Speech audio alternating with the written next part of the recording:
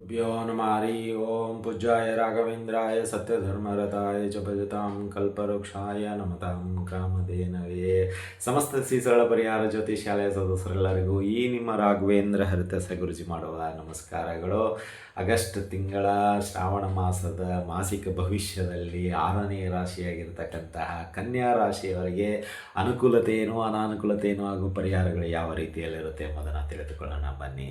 ಇಲ್ಲಿ ಕನ್ಯಾ ರಾಶಿಯವರಿಗೆ ಈ ಒಂದು ಶ್ರಾವಣ ಮಾಸ ಅಥವಾ ಈ ಒಂದು ಆಗಸ್ಟ್ ತಿಂಗಳಲ್ಲಿ ತುಂಬ ಬುದ್ಧಿವಂತಿಕೆಯಿಂದ ಕೆಲವು ಕೆಲಸ ಕಾರ್ಯಗಳು ಅಥವಾ ಪ್ರಮುಖ ಕೆಲಸ ಕಾರ್ಯಗಳನ್ನು ನೀವು ನಿಭಾಯಿಸಬೇಕಾಗತ್ತೆ. ಯಾಕಂದರೆ ತುಂಬ ಬುದ್ಧಿವಂತಿಕೆ ಉಪಯೋಗ ಮಾಡಬೇಕು. ಯಾಕಂದರೆ ನಿಮ್ಮ ಎದುರಾಳಿ ನಿಮಗಿಂತ ಬುದ್ಧಿವಂತ ಇದ್ದಾನೆ, ತುಂಬ ಚಾಣಾಕ್ಷ ಇದ್ದಾನೆ, ತುಂಬ ಶಾರ್ಪ್ ಆಗಿದ್ದಾನೆ, ತುಂಬ ನಾಲೆಜ್ ಹೊಂದಿರತಕ್ಕಂಥ ವ್ಯಕ್ತಿಯಾಗಿದ್ದಾನೆ. ಹಾಗಾಗಿ ನೀವು ಅವನಿಗಿಂತ ಮುಂಚಿತವಾಗಿ ತುಂಬ ಬುದ್ಧಿವಂತಿಕೆಯಿಂದ ಆ ಕೆಲಸವನ್ನು ಅಥವಾ ನಿಮ್ಮದೇ ಆದಂಥ ಪ್ರಮುಖ ಕೆಲಸ ಏನಿದೆಯೋ ಅದನ್ನು ಬೇಗ ಮುಗಿಸ್ಕೊಳ್ಳೋದು ತುಂಬ ಉತ್ತಮ. ಡಿಲೇ ಮಾಡೋದಾದರೆ ಅದು ನಿಮ್ಮಿಂದ ದೂರವಾಗುತ್ತೆ ಅಂತಲೇ ಹೇಳ್ಬೋದು. ಇರಲಿ, ಈ ಕನ್ಯಾ ರಾಶಿಯಲ್ಲಿ ಬರ್ತಕ್ಕಂಥ ನಕ್ಷತ್ರಗಳು ನೋಡೋದಾದರೆ ಉತ್ತರ ಫಾಲ್ಗುಣಿ, ಹಸ್ತ ನಕ್ಷತ್ರ ಮತ್ತು ಚಿತ್ತಾ ನಕ್ಷತ್ರ ಬರುವಂಥದ್ದಾಗತ್ತೆ. ಸೊ ಇಲ್ಲಿ ಕನ್ಯಾ ರಾಶಿಯವರಿಗೆ ಉದ್ಯೋಗದಲ್ಲಿ ಲಾಭ ಇದೆ ಮತ್ತು ನಷ್ಟನೂ ಇದೆ. ಕೆಲವು ಉದ್ಯೋಗದಲ್ಲಿ ಲಾಭ ಅಂತ ಹೇಳಿದ್ರೆ ನಿಮ್ಮ ಒಂದು ಇಂಕ್ರಿಮೆಂಟ್ ಅಂತಿರಲ್ಲ, ಸ್ಯಾಲ್ರಿ ಹೈಕ್ ಆಗುವಂಥ ಅವಕಾಶಗಳು ಜಾಸ್ತಿ ಇದೆ. ಇನ್ನೂ ಕೆಲವ್ರಿಗೆ ಏನಾಗುತ್ತೆ, ಉದ್ಯೋಗಕ್ಕೋಸ್ಕರ ಅಲೆದಾಡುವಂಥದ್ದಾಗಿರುತ್ತೆ ಮತ್ತು ಮಾಡಿರ್ತೀರ ರೀಸೆಂಟಾಗಿ ಕೆಲಸಗಳು ಸಿಗೋದು ತುಂಬ ಕಷ್ಟ ಆಗುತ್ತೆ. ಇರುವಂಥವ್ರಿಗೆ ಲಾಭ ಇದೆ, ಇರದೇ ಇರುವಂಥವ್ರಿಗೆ ನಷ್ಟ ಇದೆ. ಸ್ವಲ್ಪ ಕೆಲಸ ಸಿಗೋದು ವಿಳಂಬ ಆಗ್ಬೋದು, ಕಷ್ಟ ಆಗ್ಬೋದು ಈ ಕನ್ಯಾ ರಾಶಿಯ ಜಾತಕರಿಗೆ ಅಂತಲೇ ಹೇಳ್ಬೋದು. ಇನ್ನು ಅದೇ ರೀತಿಯಾಗಿ ನಿಮ್ಮ ಸಹೋದ್ಯೋಗಿಗಳ ಬಗ್ಗೆ ನಿಮ್ಮ ಬಗ್ಗೆ ಇರತಕ್ಕಂಥ ಅಭಿಪ್ರಾಯ ಎಲ್ಲೋ ಕೆಳಮಟ್ಟಕ್ಕೆ ಹೋಗುವಂಥದ್ದಾಗುತ್ತೆ. ಅವರ ಮಾಡಿರತಕ್ಕಂಥ ಗಾಂಧಾರ್ಯ ಕೆಲಸಕ್ಕೆ ತಲೆ ಬಾಗಬೇಕಾಗತ್ತೆ ಅಥವಾ ಮನಸ್ಸು ಸೋತ್ಬೇಕಾಗತ್ತೆ. ಅಯ್ಯೋ ಇವನ ಹಣೆ ಬಾರನೇ ಇಷ್ಟೇ ಅಂತ ಹೇಳೋವಂಥ ಪರಿಸ್ಥಿತಿ ಬರುತ್ತೆ.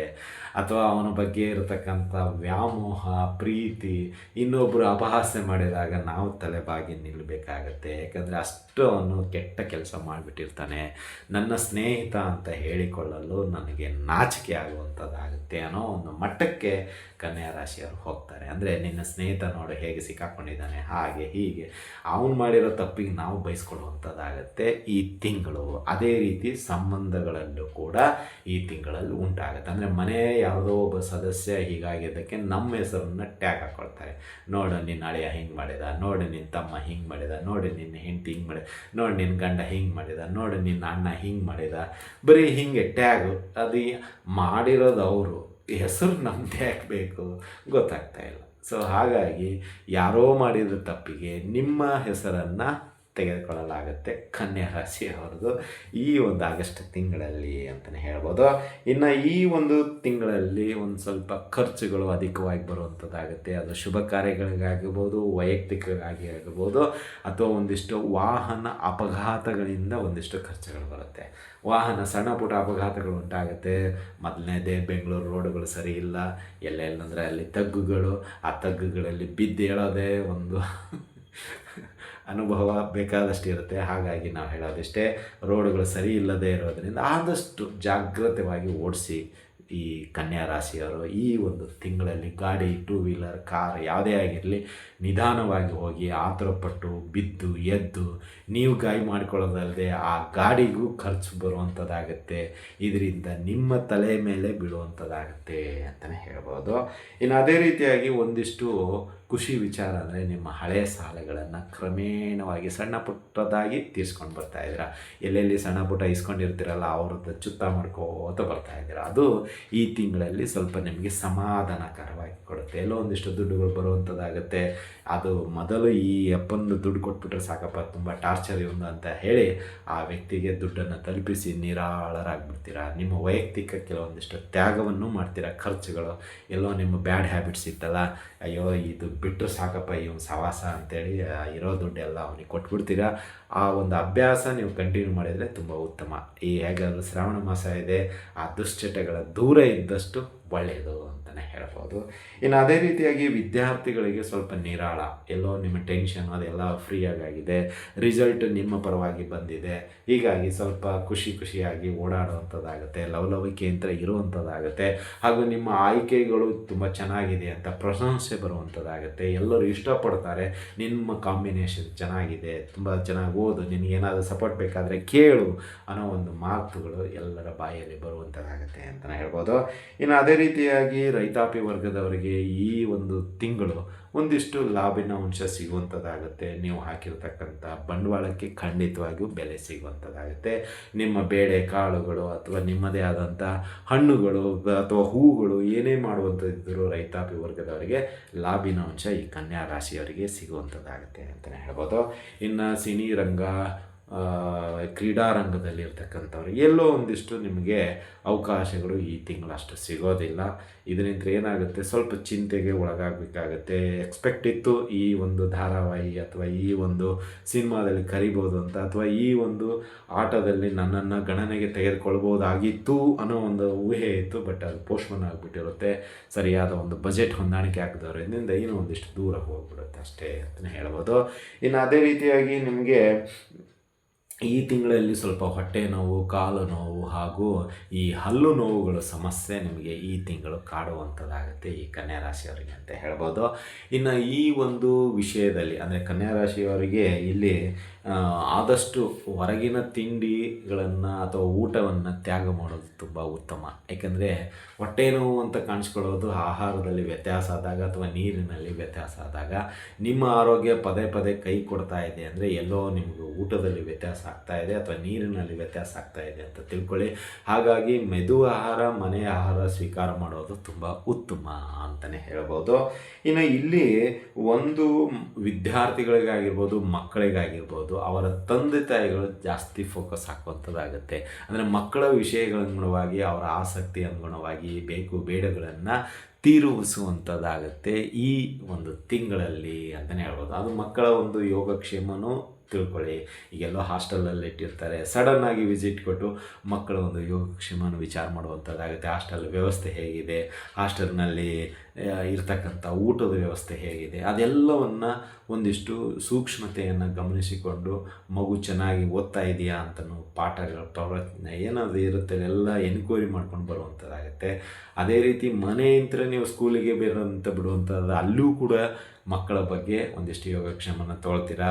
ನಮ್ಮ ಮಗು ಹೇಗೆ ಓದ್ತಾ ಇದ್ದಾನೆ, ಚೆನ್ನಾಗಿ ಹಾಗೆ ಹೀಗೆ ಅವರ ಒಂದು ಕುಂದುಕೊರತೆಗಳನ್ನು ನಿಭಾಯಿಸುವಂಥ ತಿಂಗಳಂದ್ರೂ ತಪ್ಪಾಗೋದಿಲ್ಲ. ಈ ಪೇರೆಂಟ್ಸು ತುಂಬ ಅನುಕೂಲಕರ ರೀತಿಯಲ್ಲಿ ಈ ತಿಂಗಳು ವಿದ್ಯಾರ್ಥಿಗಳಿಗೆ ಸಿಗುವಂಥರಾಗ್ತಾರೆ ಅಂತಲೇ ಹೇಳ್ಬೋದು.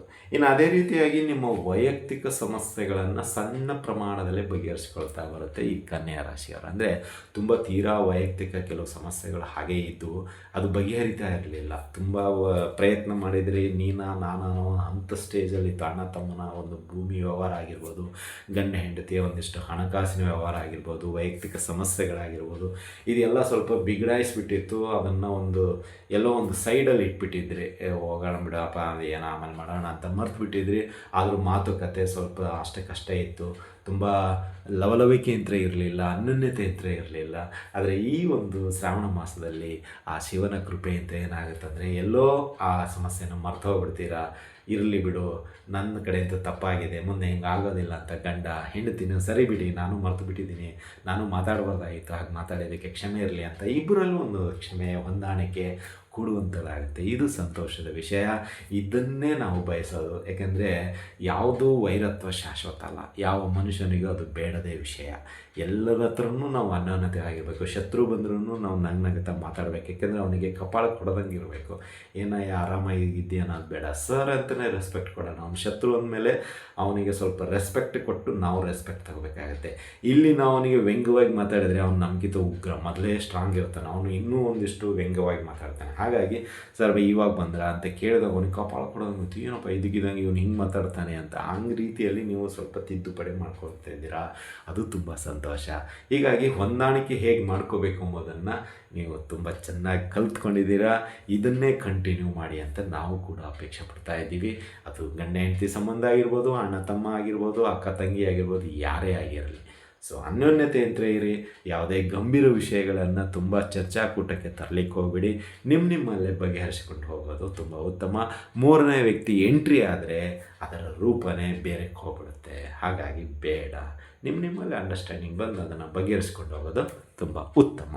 ಇನ್ನು ಪರಿಹಾರಗಳ ವಿಷಯಕ್ಕೆ ಬರೋದಾದರೆ, ಬಡ ಮಕ್ಕಳಿಗೆ ಆರ್ಥಿಕ ಸಹಾಯ ಮಾಡಿ, ಓದಿಗೆ ಸಹಾಯ ಮಾಡಿ. ನಿಮ್ಮ ಮನೆ ಸುತ್ತಮುತ್ತ ಇರತಕ್ಕಂಥ ಬಡ ಮಕ್ಕಳು ಎಷ್ಟೋ ಇರ್ತಾರೆ. ಪೆನ್ ಇರಲ್ಲ, ಪೆನ್ಸಿಲ್ ಇರಲ್ಲ, ನೋಟ್ಬುಕ್ ಇರಲ್ಲ, ಬ್ಯಾಗ್ ಇರಲ್ಲ, ಸ್ವೆಟ್ರ್ ಇರಲ್ಲ, ಚಪ್ಪಲ್ ಇರಲ್ಲ, ಬೂಟ್ ಇರಲ್ಲ, ಶೂ ಇರಲ್ಲ, ಸಾಕ್ಸ್ ಇರಲ್ಲ. ತುಂಬ ಸಮಸ್ಯೆಗಳಿದೆ ಕೆಲವು ಮಕ್ಕಳಿಗೆ. ನಿಮ್ಮ ಕೈಲಾದಷ್ಟು ಸಹಾಯ ಮಾಡಿ. ಸಾಕ್ಸ್ ಆದರೆ ಸಾಕ್ಸ್ ಕೊಡಿ. ಈಗ ಚಳಿಗಾಲ, ಏನಾದರೂ ಸ್ವೆಟ್ರ್ ಇದ್ದರೆ ಸ್ವೆಟ್ರ್ ಕೊಡಿಸಿ, ರೈನ್ಕೋಟ್ ಇದ್ದರೆ ರೈನ್ಕೋಟ್ ಕೊಡಿಸಿ, ಚಪ್ಪಲ್ ಇದ್ದರೆ ಚಪ್ಪಲ್ ಕೊಡಿಸಿ, ಶೂ ಇದ್ದರೆ ಶೂ ಕೊಡಿಸಿ, ಅಥವಾ ಬ್ಯಾಗ್ ಇದ್ದರೆ ಬ್ಯಾಗ್ ಕೊಡಿಸಿ, ಪೆನ್ ಇದ್ದರೆ ಪೆನ್ನು, ಪೆನ್ಸಿಲು, ಎರೇಜರು, ಏನು ಬೇಕು ಅನಿಸುತ್ತೆ ಅದನ್ನು ಕೊಟ್ಟರೆ ಆ ಶನಿ ಭಗವಾನ ನಿಮಗೂ ಕೂಡ ಅನುಕೂಲ ಮಾಡಿಕೊಡ್ತಾನೆ. ಇವೆಲ್ಲ ಕೊಡ್ತಾ ಇರೋದ್ರಿಂದ ಶನಿ ನಮಗೆ ಒಂದು ಉನ್ನತ ಹಂತಕ್ಕೆ ತೆಗೆದುಕೊಳ್ಳುವಂಥದ್ದಾಗತ್ತೆ. ಹಾಗೂ ನೀವು ನಂಬಿರ್ತಕ್ಕಂಥ ದೇವರು ಯಥೇಚ್ಛವಾಗಿ ಅಕ್ಷಯ ಪಾತ್ರೆ ರೀತಿಯಲ್ಲಿ ನೀವು ಮಾಡಿರ್ತಕ್ಕಂಥ ದಾನ ಪುನಃ ನಿಮ್ಮ ಬುಟ್ಟಿಗೆ ಬಂದು ಬೀಳುವಂಥದ್ದಾಗುತ್ತೆ ಅಂತಲೂ ಹೇಳ್ಬೋದು. ಇನ್ನು ಈ ಒಂದು ಆಗಸ್ಟ್ ತಿಂಗಳಲ್ಲಿ ಗುರುರಾಯರ ಆರಾಧನೆ ನಡೀತಾ ಇದೆ. ಇದೇ 8ರಿಂದ 16ನೇ ತಾರೀಕುವರೆಗೂ ಆರಾಧನೆ ಇರುತ್ತೆ. ನಿಮ್ಮ ಮನೆಯ ಸುತ್ತಮುತ್ತಲಿರ್ತಕ್ಕಂತಹ ರಾಯರ ಮಠಕ್ಕೆ ಹೋಗಿ ಬನ್ನಿ. ರಾಯರ ಆಶೀರ್ವಾದ ತೆಗೆದುಕೊಳ್ಳಿ. ಆ ರಾಯರಿಗೆ ತುಂಬ ಪವಾಡಗಳು ಉಂಟು. ಆ ರಾಯರು ನಂಬಿದವರನ್ನು ಯಾವತ್ತಿಗೂ ಕೈ ಬಿಡುವುದಿಲ್ಲ. ನಿಮ್ಮ ಎಲ್ಲ ಕಷ್ಟ ಕಾರ್ಪಣ್ಯಗಳನ್ನು ಆ ರಾಯರು ಒದ್ದು ಓಡಿಸುವಂತಹ ಶಕ್ತಿಯನ್ನು ಅವರು ಹೊಂದಿದ್ದಾರೆ. ಅದೇ ರೀತಿ ಆ ಒಂದು ಕಷ್ಟಗಳು ನಮ್ಮಲ್ಲಿ ಇರದೇ ಇರುವಂತೆ ಮಾಡಿಕೊಳ್ತಾರೆ ಅಂತಲೂ ಹೇಳ್ಬೋದು. ಹಾಗಾಗಿ ನಿಮ್ಮ ಮನೆಯ ಸುತ್ತಮುತ್ತ ಇರತಕ್ಕಂತಹ ರಾಯರ ಮಠಕ್ಕೆ ಹೋಗಿ ದರ್ಶನ ಮಾಡ್ಕೊಂಡು ಬನ್ನಿ. ಸೊ ಇದರಿಂದ ನಿಮಗೆ ಆಯುರಾರೋಗ್ಯ ಭಾಗ್ಯಗಳನ್ನು ಆ ರಾಯರು ಕರುಣಿಸ್ತಾರೆ ಅಂತಲೇ ಹೇಳ್ಬೋದು. ಹಾಗೂ ಈ ಒಂದು ತಿಂಗಳಲ್ಲಿ ಬ್ರಾಹ್ಮಣರಿಗೆ ನೀವು ಮಾಡುವಂತಹ ದಾನ ಅಂತ ಹೇಳಿದರೆ ಅದು ಕೆಂಪು ಕಲ್ಲು ಸಕ್ಕರೆ ಮತ್ತು ಜನಿವಾರವನ್ನು ದಾನವಾಗಿ ನೀಡಿ. ಇದರಿಂದ ನಿಮ್ಮಲ್ಲಿರ್ತಕ್ಕಂಥ ಕೆಲವು ಕಲ್ಮಶ ಅಥವಾ ವೈರತ್ವ ಗುಣಗಳು ದೂರವಾಗುತ್ತೆ ಅಂತಲೇ ಹೇಳ್ಬೋದು. ಯಾಕಂದರೆ ಜನಿವಾರ ಯಾಕೆ ಅಂದರೆ ಈಗ ಉಪಕರ್ಮ ಇದೆ, 8, 9. ಈ ಯಜುರ್ವೇದ ಉಪಕರ್ಮ ಇದೆ, ಋಗ್ವೇದ ಉಪಕರ್ಮ ಇದೆ, ಸಾಮವೇದನೂ ಉಪಕರ್ಮ ಇದೆ. ಉಪಕರ್ಮ ಅಂದರೆ ಜನಿವಾರನ ಎಕ್ಸ್ಚೇಂಜ್ ಅಂತೀವಲ್ಲ, ಚೇಂಜ್ ಮಾಡುವಂಥದ್ದು ಇರುತ್ತೆ. ಸೊ ಹಾಗಾಗಿ ಕೆಂಪು ಕಲ್ಲು ಸಕ್ಕರೆ ಮತ್ತು ಜನಿವಾರವನ್ನು ದಾನವಾಗಿ ನೀಡಿ. ಸೊ ಅವರು ಆ ಒಂದು ಜನಿವಾರ ಧಾರಣೆ ಮಾಡಿಕೊಂಡು ದೇಹದಲ್ಲಿ ನಿಮ್ಮ ಎಲ್ಲ ಕೆಲಸ ಕಾರ್ಯಗಳು ಯಶಸ್ವಿಯಾಗುತ್ತೆ ಹಾಗೂ ನಿಮ್ಮ ನ್ಯೂನತೆಗಳು ಕೊನೆಗೊಳ್ಳುತ್ತೆ ಅಂತಲೇ ಹೇಳ್ಬೋದು. ಇದಾಗಿತ್ತು ಕನ್ಯಾ ರಾಶಿಯವರ ಆಗಸ್ಟ್ ತಿಂಗಳ ಮಾಸಿಕ ಭವಿಷ್ಯ. ಈ ಒಂದು ವಿಡಿಯೋ ನಿಮಗೆ ಇಷ್ಟ ಆಗಿದ್ದರೆ ಲೈಕ್ ಮಾಡಿ, ಇನ್ನೂ ಇಷ್ಟ ಆಗಿದ್ದರೆ ಶೇರ್ ಮಾಡಿ, ಹಾಗೂ ನಮ್ಮ SSV ಜ್ಯೋತಿಷಾಲಯ ಯೂಟ್ಯೂಬ್ ಚಾನಲನ್ನು ಸಬ್ಸ್ಕ್ರೈಬ್ ಮಾಡಿ ಬೆಂಬಲಿಸಿ ಅಂತ ಹೇಳ್ತಾ ಇಲ್ಲಿಗೆ ವಿಷಯ ಮುಗಿಸ್ತಾ ಇದ್ದೀವಿ. ಮತ್ತೆ ಮುಂದಿನ ರಾಶಿಯೊಂದಿಗೆ ಭೇಟಿಯಾಗೋಣ. ಅಲ್ಲಿವರೆಗೆ ಶುಭಮಸ್ತು, ಶುಭಂ ಭಯಾತ್. ಸರ್ವೇ ಜನಃ ಸುಖಿನೋ ಭವಂತು.